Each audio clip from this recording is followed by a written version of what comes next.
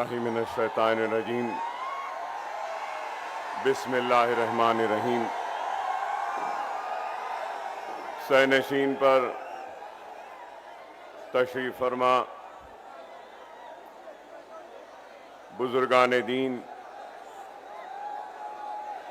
मजलिस इत्तेहादुल मुस्लिमीन, मेरे साथी अराकीन असम्बली जनाब अहमद बलाला साहब, जनाब मेराज साहब और इस जलसे में शिरकत करने के लिए आए हुए बुजुर्गों, नौजवान साथियों और घरों में बैठकर सुनने वाले, इंतखाबात का वक्त है। इंतखाबी सरगर्मियों का आगाज हो चुका है और 20 तारीख के दिन अवाम अपने पसंद के उम्मीदवार का इंतखाब करेगी और उसको ऐवान असम्बली में अपना नुमाइंदा बनाकर भेजेगी। उनके मसाइल की तर्जुमानी करेंगे, उनके दुख और दर्द को इख्तिदार पर बैठे जिम्मेदारों के सामने पेश करेंगे, उनके मसाइल को न सिर्फ पेश करेंगे बल्कि उनका हल भी ढूंढकर उसको हल करवाएंगे। और उसी बयान में आया हूं, और अगर आया हूं तो कोई नफरत की बात करने नहीं आया हूं। अगर आया हूं तो किसी के जज्बात को ठेस पहुंचाने के लिए नहीं आया हूं। अगर आया हूं तो कोई नफरत की बात करने के लिए नहीं आया हूं। और अगर आया हूं, मैं आज आपके दरमियान में अपने दुख को लेकर आया हूं, अपने दर्द को लेकर आया हूं, अपने कर्ब को लेकर आया हूं, अपने साथ और मेरे भाइयों के साथ होने वाली नाइंसाफी को लेकर आया हूं और हिंदुस्तान की सबसे बड़ी अक़लियत मुसलमान लिए आपके दरमियान में आया हूं। और इस बात से कोई इनकार नहीं कर सकता कि अगर किसी मुल्क की तरक्की हो या किसी रियासत की तरक्की हो या किसी शहर की तरक्की हो तो तरक्की उस वक्त तक मुकम्मल नहीं हो सकती जब तक के उसके तरक्की और उस गुलदस्ता है जिस गुलदस्ते में हिंदू भी है, मुसलमान भी है, सिख भी है, ईसाई भी है, पारसी भी है। इस गुलदस्ते में अल्लाह को मानने वाले भी हैं, भगवान को मानने वाले भी हैं, गॉड को भी मानने वाले हैं। तो इस गुलदस्ते में ऐसे भी लोग हैं जो अल्लाह, भगवान या गॉड को नहीं। सिर्फ मेरा नहीं है ये मुल्क, सिर्फ नरेंद्र मोदी का नहीं है ये मुल्क, सिर्फ राहुल गांधी का नहीं है ये मुल्क, सबका बराबर का है। और इस मुल्क में रहने वाला इस शहर और इस मुल्क पर अपना हक उतना ही रखता है जो दूसरों का है। इस मुल्क का शहरी कम बल्कि इस मुल्क के किराएदार की तरह देखा जा रहा है। हमको दूसरे दर्जे की शहरी की तरह देखा जा रहा है। मैं दूसरे दर्जे का शहरी नहीं हूं, मैं पहले दर्जे का शहरी हूं। मैं आज आपके सामने अगर आया हूं तो जवाब तलब करने आया हूं उन लोगों से का विश्वास। तो मैं पूछना चाहता हूं कि मुझे तुमने अपने साथ से महरूम क्यों रखा, मुझे अपने विश्वास से महरूम क्यों रखा, तुमने मुझे विकास से महरूम क्यों रखा। क्या मैं इस मुल्क का शहरी नहीं?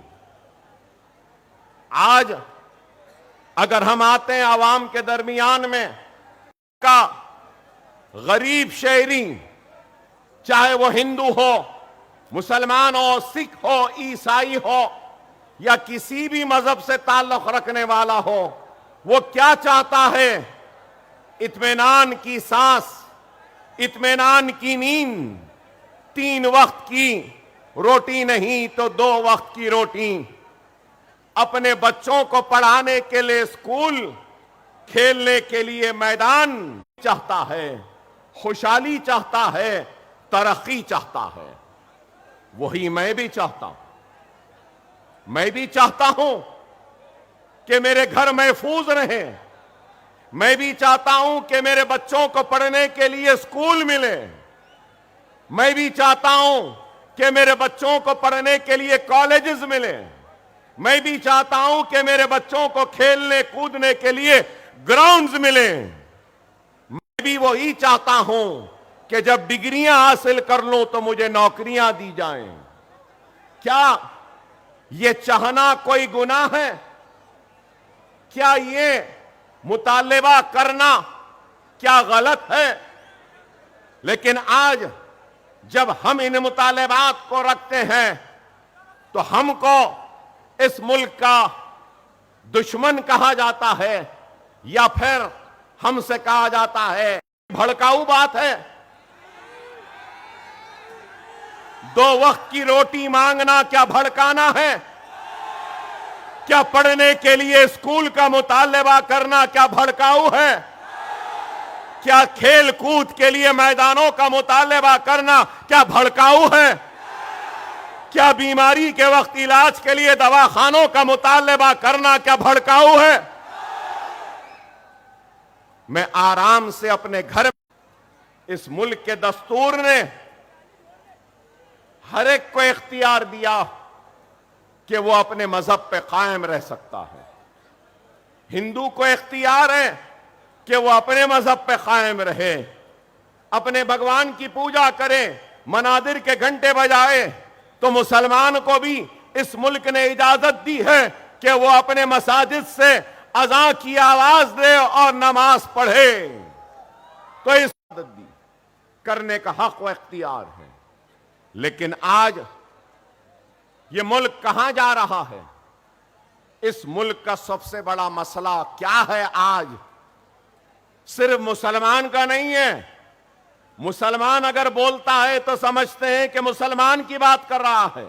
नहीं, मैं मुसलमान की बात नहीं कर रहा हूं, मैं इस मुल्क की बात कर रहा हूं। इस मुल्क में रहने वाले हिंदू मुस्लिम हूं कि सबसे बड़ा मसला है तो बेरोजगारी का है, दूसरा मसला है तो महंगाई का है, तीसरा मसला है तो इसका है कि पेट्रोल डीजल की कीमतें बढ़ रही हैं, चौथा मसला है कि हिंदुस्तान की बिगड़ती हुई मईशत का है, रुपये की गिरती हुई कदर का है, डॉलर बढ़ रहा है। लेकिन आज रोकने की फिक्र है, ना किसानों को खुदकशी से रोकने की फिक्र है, ना ही बीमारों के इलाज के लिए दवाखानों को बनाने की फिक्र है। अगर सिर्फ फिक्र है तो यही है कि मुल्क में एक नफरत को पैदा करो, हिंदू मुसलमान की दीवार को खड़ा कर दो और सिर्फ बात की जाए तो सिर्फ मुसलमान ऐसा, मुसलमान वैसा, मुसलमान इतने शादी करता, मुसलमान नहीं है। इस मुल्क का मसला बेरोजगारी है, इस मुल्क का मसला गुर्बत है, इस मुल्क का मसला पानी है, इस मुल्क का मसला अनाज है।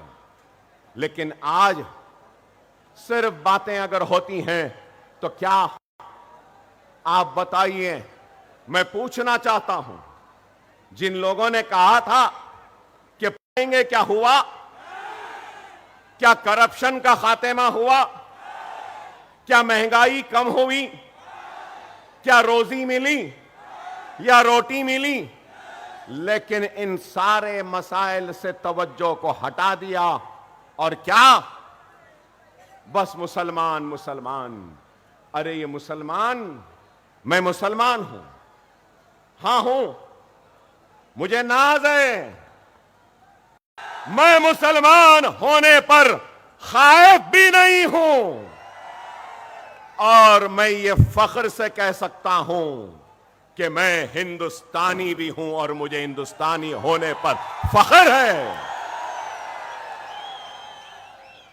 मैं इस मुल्क का वफादार था, हूं और रहूंगा। अल्लाह ना करे कि ऐसा वक्त आएगा कि मुल्क को जरूरत पड़ेगी, हम पेश करने वाला मुसलमान होगा,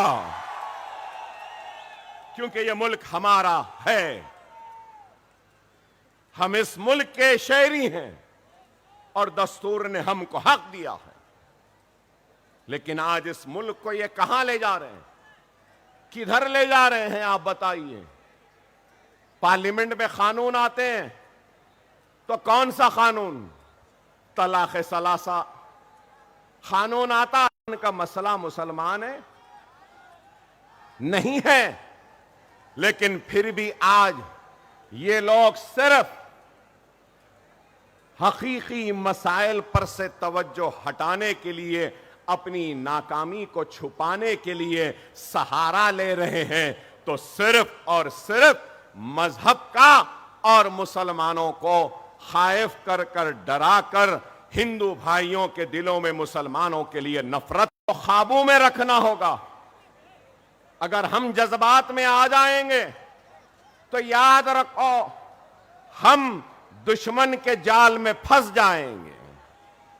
हमको चाहिए कि हम इन साजिशों को समझें और इन साजिशों का जवाब दें। हम इन साजिशों का जवाब कैसे दे सकते हैं?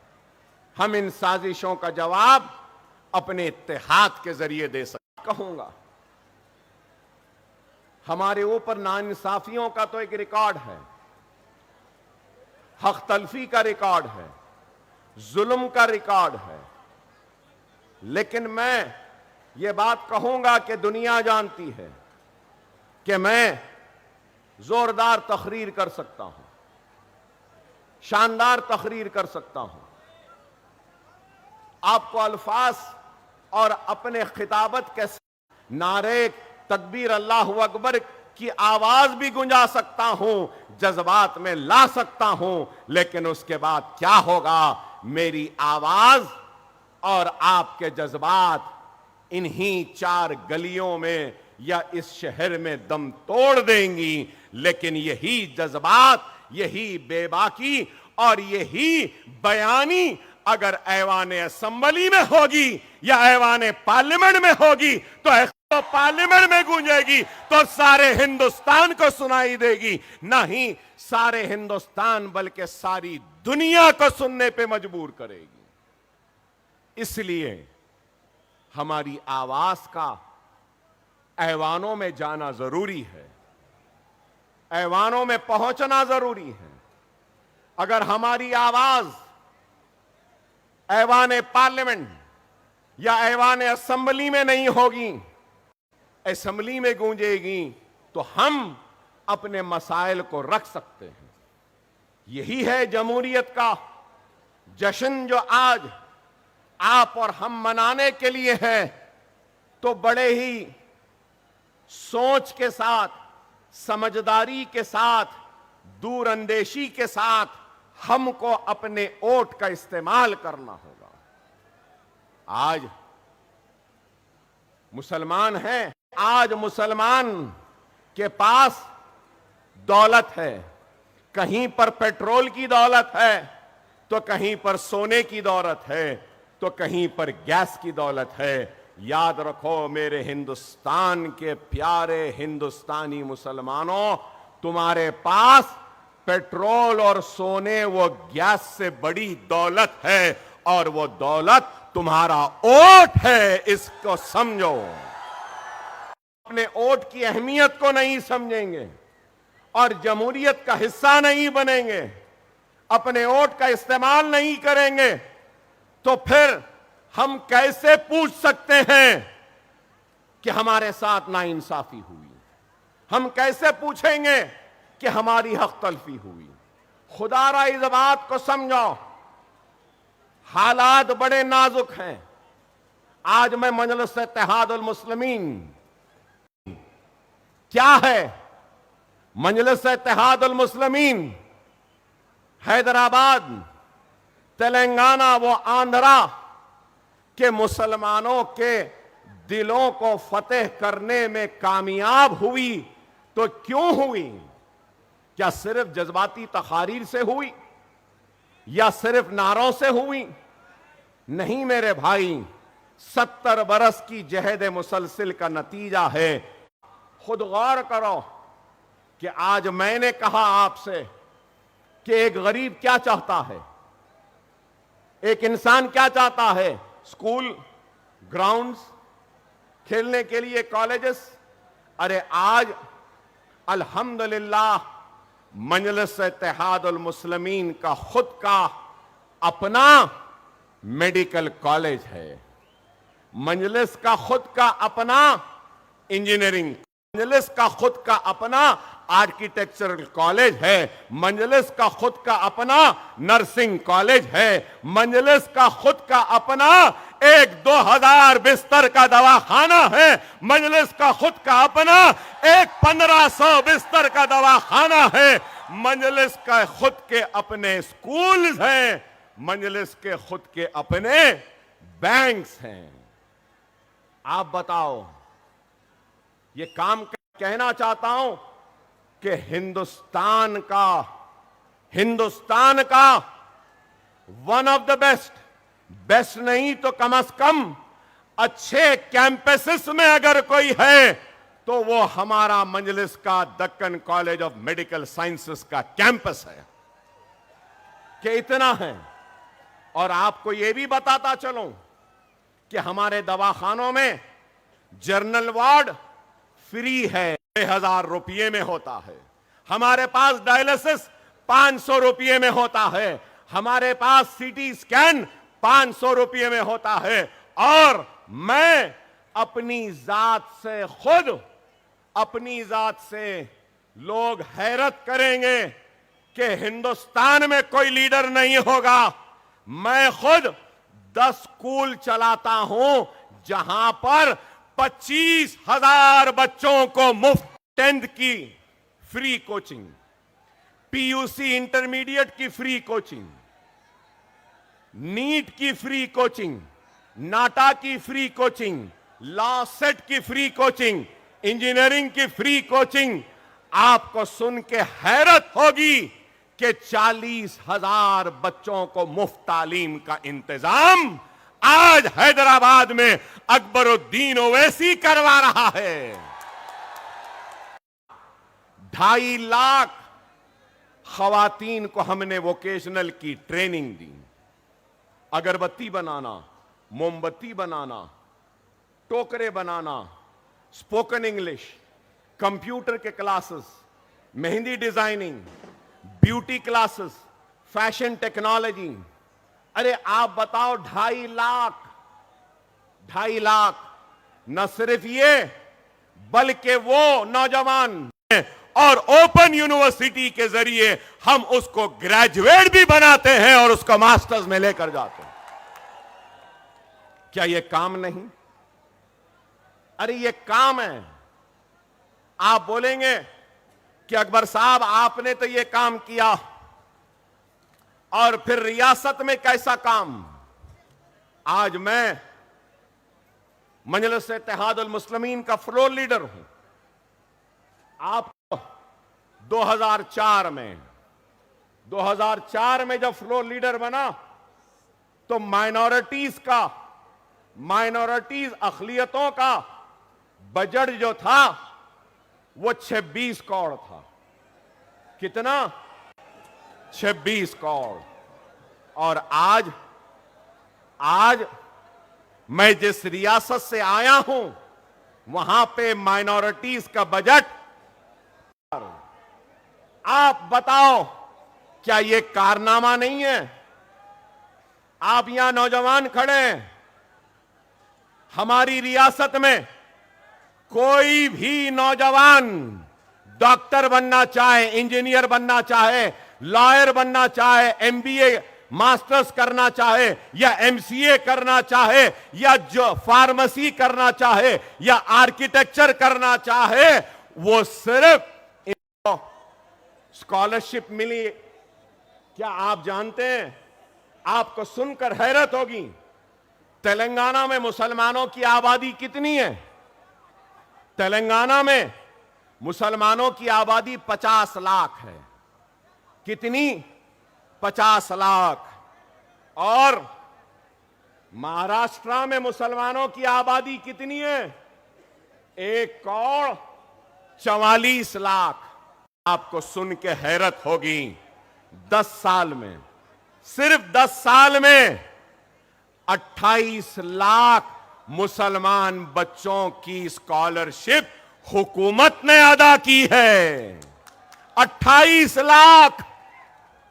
गौर करो, 3,000 बच्चे ओवरसीज स्कॉलरशिप के जरिए London, America, Canada, New Zealand hostel की फीस देती है और सेमेस्टर की फीस देती है, मास्टर्स करने के लिए गए हैं। न सिर्फ ये, मजलिस की नुमाइंदगी पर शादी मुबारक एक स्कीम का आगाज हुआ। आपको मालूम, अब तक 3 लाख मुस्लिम बच्चियों की शादियां हुई हैं। 1 लाख चिल्लर रुपया, 1,01,000 दिया जाता है। अरे हमने काम किया। अरे आज आप बताओ। और फिर मैंने आपसे कहा कि 1,44 मुसलमानों की आबादी है महाराष्ट्र में, तेलंगाना में 50 लाख। महाराष्ट्र का बजट, अगर मैं गलत हूं तो मुफ्ती साहब मुझे टोक सकते हैं, महाराष्ट्र का बजट, मुकम्मिल बजट 6 लाख चाहता हूं। तेलंगाना का बजट सिर्फ 2,91,000 का है। और फिर माइनॉरिटी वेलफेयर का बजट महाराष्ट्र में कितना है? आपको सुन के हैरत होगी, 928 करोड़। और तेलंगाना में माइनॉरिटीज का बजट 3,003 करोड़ भी हमारा हिस्सा नहीं। तो क्या ये नाइंसाफी नहीं तो क्या इंसाफ है? आप बताओ। न सिर्फ ये, पोस्ट मैट्रिक स्कॉलरशिप के लिए महाराष्ट्र में सिर्फ 120 करोड़ है। महाराष्ट्र में पोस्ट मैट्रिक स्कॉलरशिप के लिए 120, और हमारी रियासत तेलंगाना में 420 करोड़ है। 120 crore. Minority finance corporation 500 crore. यहां पे बैंक लिंक सब्सिडी है। बैंक लिंक है मतलब बैंक से लिंक है। हमारे पास 450 करोड़ है, कोई बैंक से लिंक नहीं है। एक ही वक्त दे देते हैं, वो ले लेता है, कारोबार करता है और अपनी रोजी रोटी को जमाता है। एक भी महाराष्ट्र में मुस्लिम माइनॉरिटी रेजिडेंशियल स्कूल नहीं है। लेकिन मैं जहां से आया हूं वहां पर 950 मुस्लिम minority residential schools and colleges है। क्या यह काम नहीं? आप बताइए। उर्दू एकेडमी, मुफ्ती साहब आप कर देखिए, नाम तो उर्दू एकेडमी है, लेकिन उर्दू एकेडमी उर्दू में नहीं है, मराठी में है लिखा हुआ। उसका वेबसाइट खोलिए, वाहरे उर्दू एकेडमी। नाम तो उर्दू एकेडमी का है, लेकिन उर्दू में वेबसाइट भी नहीं है, लिंक भी नहीं है। और फिर यहां उर्दू एकेडमी को कितने देते हैं? 2 करोड़। हमारी रियासत में 12 करोड़, 68 करोड़ रुपया बांटा जाता है। साड़ी दी जाती है, कुर्ता पैजामा दिया जाता है और उनको ईद के खुशियां मनाने के लिए करीब 68 करोड़ रुपया खर्च किया जाता है। क्या आपके पास है? चलिए ये छोड़ दीजिए, मुफ्ती साहब हैं, मजहबी हैं, यहां पे मसाजिद होंगे, है ना? मसाजिद तो है। इमाम और मौजनीन को हर महीना 5,000 रुपया दिया जाता है। आप बताओ, क्या यहां के एक इमाम को, एक मौजन को सरकारी खजाने से 1 रुपया भी दिया जा रहा है? अरे ये हमारा काम है। और ये काम किसने करवाया? ये काम मजलिस इत्तेहाद अल मुस्लिमीन भी जो होता है वो करते हैं। ये काम है और हम चाहते हैं कि यही काम महाराष्ट्र में हो। तो महाराष्ट्र में हो तो अब यहां बैठे लोग बोलेंगे, अकबर साहब आप वहां पे करें ना, यहां पर भी करिए। नहीं, मैं अगर आज आया हूं तो अकबरुद्दीन ओवैसी और हैदराबाद की मजलिस जैसी उस मजलिस को यहां, आपका काम है, आपको चाहिए। अगर इखलास होगा, नेक नियति होगी और काम करने का जज्बा होगा और तुम्हारे खिदमात में बेगर्जी अगर होगी तो जरूर यह काम यहां पर भी हो सकता है। क़यादतें आसान नहीं होती। क़यादत करना बड़ा कांटों का, दर्द को समझने वाला बनो और गरीब की तकलीफ को समझने वाला बनो, तो जब जाकर तुम कामयाब होगे और कुछ कर सकोगे। यही है और कुछ नहीं है। और आज हमको एक ऐसी क़यादत चाहिए जो इखलास से भरी हो, जो भटके हुए नौजवानों को राह रास्त पर लाए। सलाम करता हूं, कदर करता हूं, आपकी मोहब्बत का एहतराम करता हूं, लेकिन यह बात जरूर कहूंगा कि अपने सीनों में ईमान को जिंदा रखो, ईमान को मरने न दो। दुनिया के पीछे न दौड़ो, आखिरत की फिक्र करो। ये दुनिया फानी है, ये दुनिया हसीन है, दुनिया आना है और अल्लाह हमसे पूछेगा कि तूने क्या किया है। तो अल्लाह के सामने हाजिर होते वक्त कुछ तो ऐसा कर लो जिससे कि अल्लाह तुमसे राजी हो जाए, अल्लाह खुश हो जाए और तुम्हारी आखिरत संवर जाए। अभी आया, लोगों ने कहा शेर आया, शेर आया। नहीं मेरे भाई, मैं कोई शेर वेर नहीं, ना ही मुझे शेर बनने का शौक है। अपने आका मोहम्मद मुस्तफा सल्लल्लाहु अलैहि वसल्लम के गुलामों के गुलामों के गुलामों के गुलामों के गुलामों के गुलाम हूं। मैं शेर नहीं हूं, मगर यह जरूर है मैं तुमको शेर बनाने आया हूं। शेर बनना है, शेर बनना है तो आसान है, आसान है। क्या है बोलूं? बोलूं क्या है? अमल करोगे? वादा है, वादा है, करोगे? नमाज के पाबंद बन जाओ,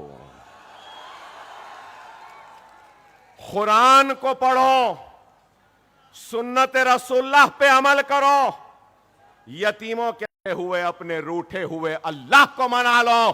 तुम शेर बन जाओगे और तुम शेर के सामने दुनिया की कोई ताकत तुमको कमजोर नहीं कर सकती। ये हमारे ईमान की ताकत है। खुदारा समझो, समझो इस बात को। जज्बाती तकारीर मैं नहीं करूंगा। आज मैं सिर्फ अपनी कौम को समझाने आया हूं, अपने वजूद को समझिए की बात कही। इतने पैसे मिल रहे हैं, हुकूमत नहीं दे रही है, ठीक है, मजलिस लड़के महाराष्ट्र में भी लेगी जैसा तेलंगाना में ली थी। आप भेजो हमारे नुमाइंदों को, हम लड़ेंगे, मजबूर करेंगे कि वो सब दें जो तेलंगाना में दिया जाता है, लेंगे। लेकिन हर कोई कहता है कि मुसलमान गरीब है, बेशक गरीब है।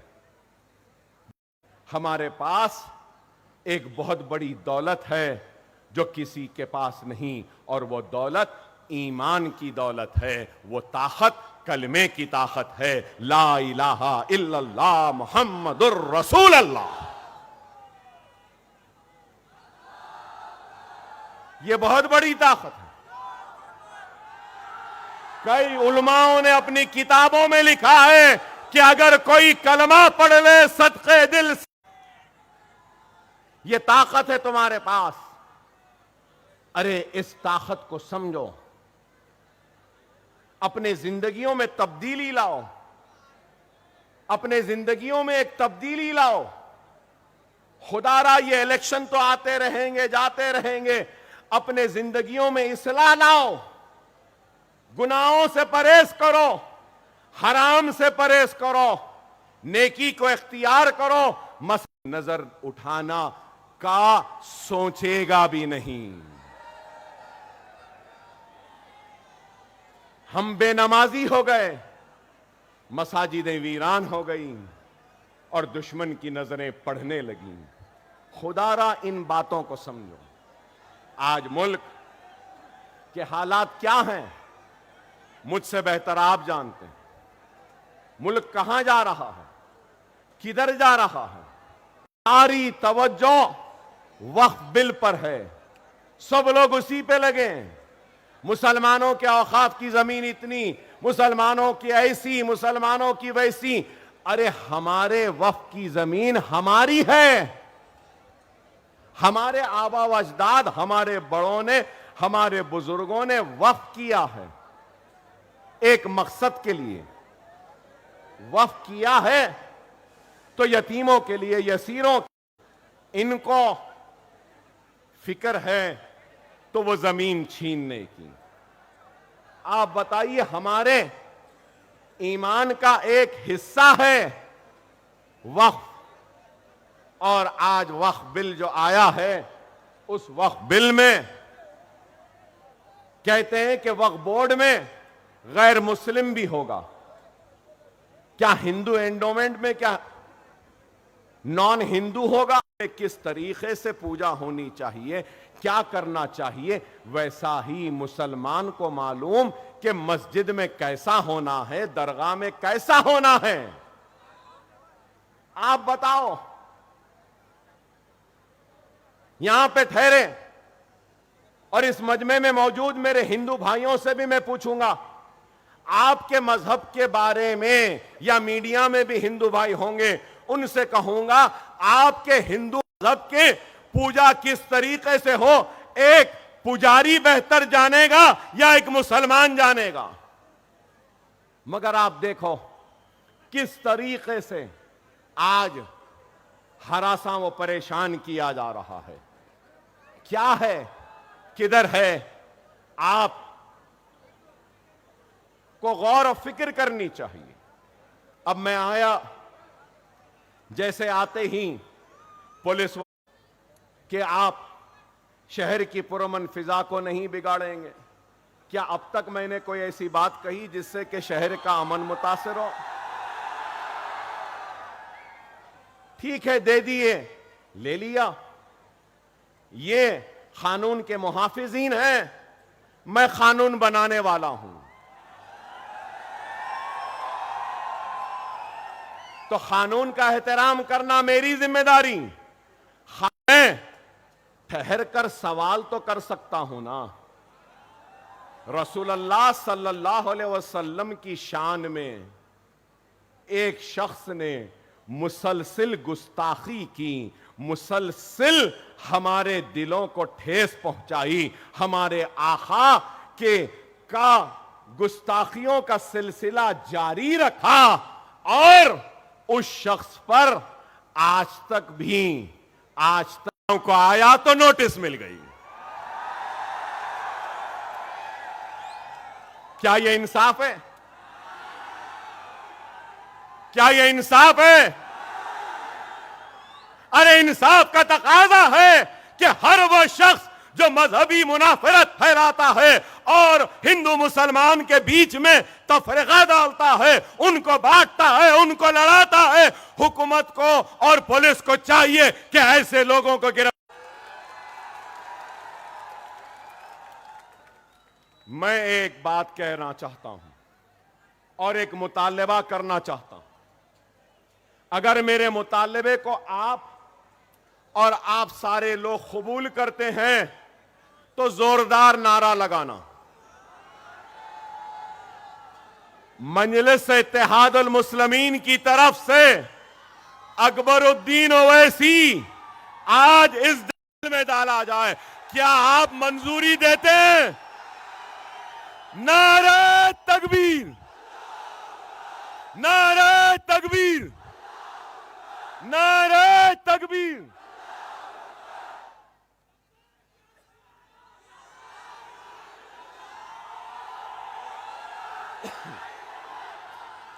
हमें यकीन है कि मुल्क के जिस तरीके से ये सच्चे बहादुर जवां मर्द पुलिस वालों ने जो मुझे नोटिस दी है, यही सच्चे जवां मर्द ईमानदार पुलिस ऑफिसर अपनी ड्यूटी करेंगे और वो गुस्ताख को भी पकड़ कर लाएंगे, मुझे यकीन है। अब वक्त बताएगा, वक्त फैसला करेगा।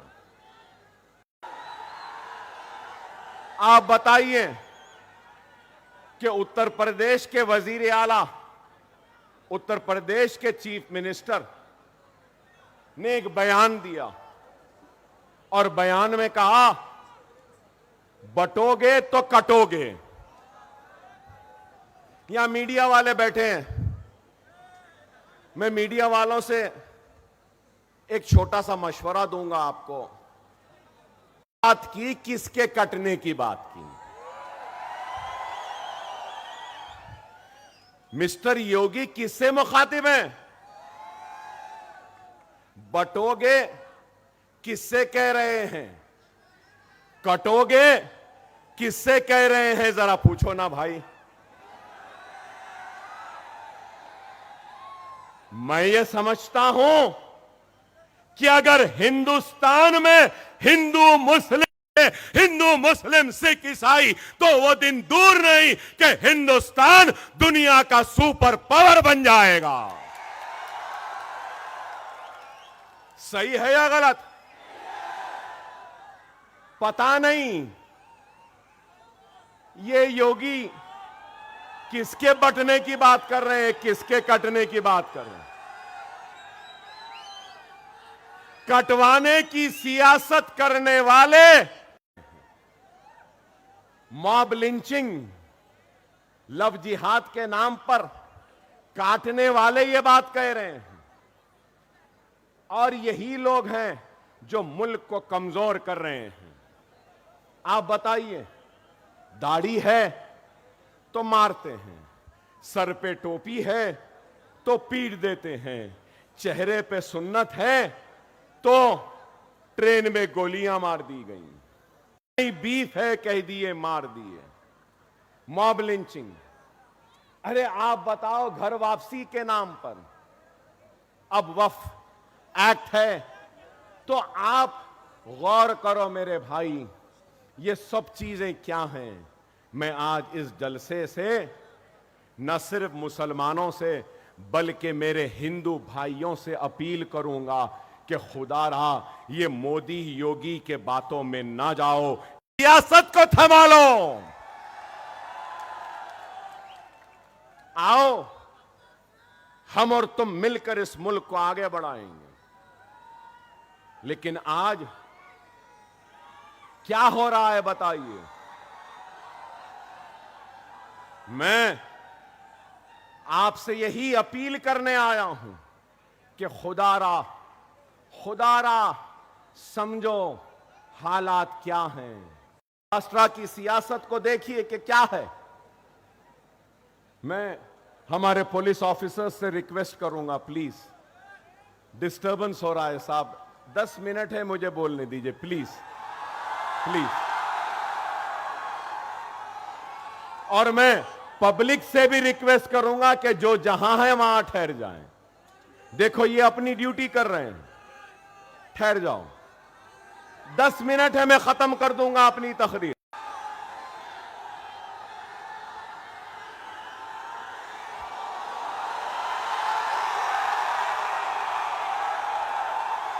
मैं समझ गया आप क्या बोल रहे हैं, मैं समझ गया आप क्या कह रहे हैं।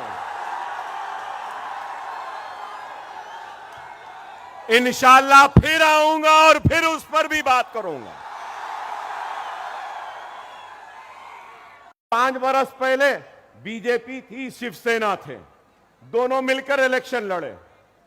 कांग्रेस थी, एनसीपी थी, समाजवादी भी थी, मजलिस भी थी। और आज एनसीपी के 2, शिवसेना के 2, और उसके बाद में कांग्रेस भी है, उसके बाद सब हैं। इलेक्शन से पहले मिस्टर मोदी और मिस्टर मोदी अलग हो गए और मिस्टर ठाकरे मिस्टर पवार से मिल लिए, और मिस्टर ठाकरे उसके बाद में फिर मिस्टर राहुल गांधी से भी मिल लिए ना। एक सियासी जमात आती है तो उसकी एक आइडियोलॉजी होती है, एक उसकी सोच होती है, फिक्र होती है। ठीक है, मैं आइडियोलॉजी से की आइडियोलॉजी, किसी की कैपिटलिज्म की आइडियोलॉजी, क्या इस बात से कोई इनकार कर सकते हैं कि बाल ठाकरे, उद्धव ठाकरे और शिवसेना की आइडियोलॉजी हिंदुत्व की है या नहीं? मीडिया वालों से भी पूछूंगा, है ना? ठीक है भाई, वो उनकी आइडियोलॉजी है। कांग्रेस की आइडियोलॉजी क्या? सेक्युलरिज्म बोलते हैं, अंदर से तो कुछ और उनकी। आज सेक्युलर आइडियोलॉजी के साथ है तो उद्धव ठाकरे ने राहुल, प्रियंका, सोनिया गांधी और मल्लिकार्जुन खड़गे और पूरे कांग्रेसियों को क्या हिंदुत्व की आइडियोलॉजी का सबक पढ़ाने में कामयाब हो गए, और गांधीयों ने हिंदुत्व की आइडियोलॉजी को कबूल कर लिया कि उद्धव ठाकरे से हाथ मिला लिया। मिस्टर मोदी हिंदुत्व के चैंपियन, मिस्टर योगी हिंदुत्व, खैर उनकी आइडियोलॉजी है, मुबारक उनको। और मिस्टर मोदी ने क्या कहा? ना खाऊंगा ना खाने दूंगा, 15 लाख वापस लाऊंगा, करप्शन का खात्मा करूंगा, डिमोनेटाइजेशन। अरे वाह, क्या बातें थे मिस्टर मोदी के कि अजीत पवार गई। अब आप देखो क्या है। और फिर गारंटीज का वक्त आ गया, कोई 5 गारंटी, कोई 6 गारंटी। कांग्रेस शायद आज ऐलान करने वाली थी उनका मैनिफेस्टो। हमारे रियासत में भी कई गारंटीज दिए हैं। ऐसी गारंटी है कि बोलते ना, वो नाना की दुकान पे मामू की फातिहा। अब ये गारंटी कौन लेगा इलेक्शन के बाद? क्या पवार ठाकरे के साथ रहेंगे या शिंदे के साथ जाएंगे? ये गारंटी कौन लेगा? क्या शिंदे पवार के साथ रहेंगे या फिर गांधीयों के साथ चले जाएंगे? गांधी क्या गारंटी लेंगे कि वो बीजेपी के साथ नहीं जाएंगे? अरे ये इसकी सियासत में महाराष्ट्र की इख्तिदार की कुर्सी होना है। याद रखो, हमारा कोई नहीं है, सिर्फ हमको वोट बैंक की तरह इस्तेमाल करते हैं। हमारे पास अपनी आवाज नहीं थी, अपनी जमात नहीं थी। अब आपकी जमात मजलिस है, जिसकी आइडियोलॉजी है आपकी खिदमत, आपकी आवाज, आपकी इज्जत, आपका वक़ार, आपकी शरीयत की हिफाजत, आपके औकाफ। बात को समझो, मेरी बात को समझो। महाराष्ट्र सियासी मेस में है, मेस कहूंगा, पॉलिटिकल मेस है। ये सुनहरी वक्त है। यहां पे कई किसान होंगे, यहां पे कई किसान होंगे। एक वक्त बीज बोने का होता, दूसरा वक्त फसल को तैयार करने का होता। तो मेरे प्यारे भाइयों, ये फसल बोने का वक्त नहीं है, फसल काटने का वक्त है। समझो मेरी इस बात को। अगर मजलिस के 5 या 7 एमएलए आ गए ना 16 में से, तो मेरी इस पेशन गोई को याद रख लो, तुम्हारी और हमारी के मर्जी के बगैर कोई तख्त पे नहीं बैठ सकता। बच्चों को स्कॉलरशिप दो, यहां पे पावरलूम को मजबूत करो। अपीयरल पार्क अमरावती में आया, अपीयरल पार्क को मालेगांव में लेकर आओ, हम कहेंगे। यहां की सनत को उजड़ने से बचाओ, यहां के बच्चों के मुस्तकबिल के लिए लड़ेंगे। और हम कहेंगे हमको ये होना, ये होना, ये होना, ये होना। जो हमको देगा हम कहें। जिम्मेदारी क्या है? सबसे पहली जिम्मेदारी है बीजेपी शिंदे अजीत पवार को शिकस्त देना। देंगे ना? चाय वाले को हराएंगे ना? वो योगी को हराएंगे ना? वो करप्ट अजीत पवार को हराएंगे ना? वो शिंदे को हराएंगे ना? उसके बाद में जिम्मेदारी है, इस्तेमाल करो। कहीं ऐसा ना हो जाए कि आपका वोट बीजेपी के दामन में ना चला जाए। खुदारा अपने वोट का सही इस्तेमाल करो। अभी 2 मिनट है, 2 मिनट है। अपने वोट का सही इस्तेमाल करो। अगर मैं यही कहूंगा मजलिस को भी नहीं देना चाहता तो बुराई है। अपने वोट को अच्छाई के लिए इस्तेमाल करो, अपने वोट को खुशहाली के लिए इस्तेमाल करो, अपने वोट को नशा मुक्त मालेगांव बनाने के लिए इस्तेमाल करो, अपने वोट को जालिमों के खिलाफ इस्तेमाल करो, अपने वोट को उन लोगों के हक में इस्तेमाल करो जो आपकी आवाज बनते हैं। अकबरुद्दीन ओवैसी आपका था, आप बनाऊंगा, इंशाअल्लाह ताला स्कूल जरूर बनेगा, ये मेरा वादा है। आसमान में भी इस तारीख को सिर्फ पतंग पतंग पतंग पतंग रहेगी। नारे तकबीर, नारे तकबीर, नारे तकबीर। हिंदुस्तान, हिंदुस्तान, मजलिस इत्तेहाद।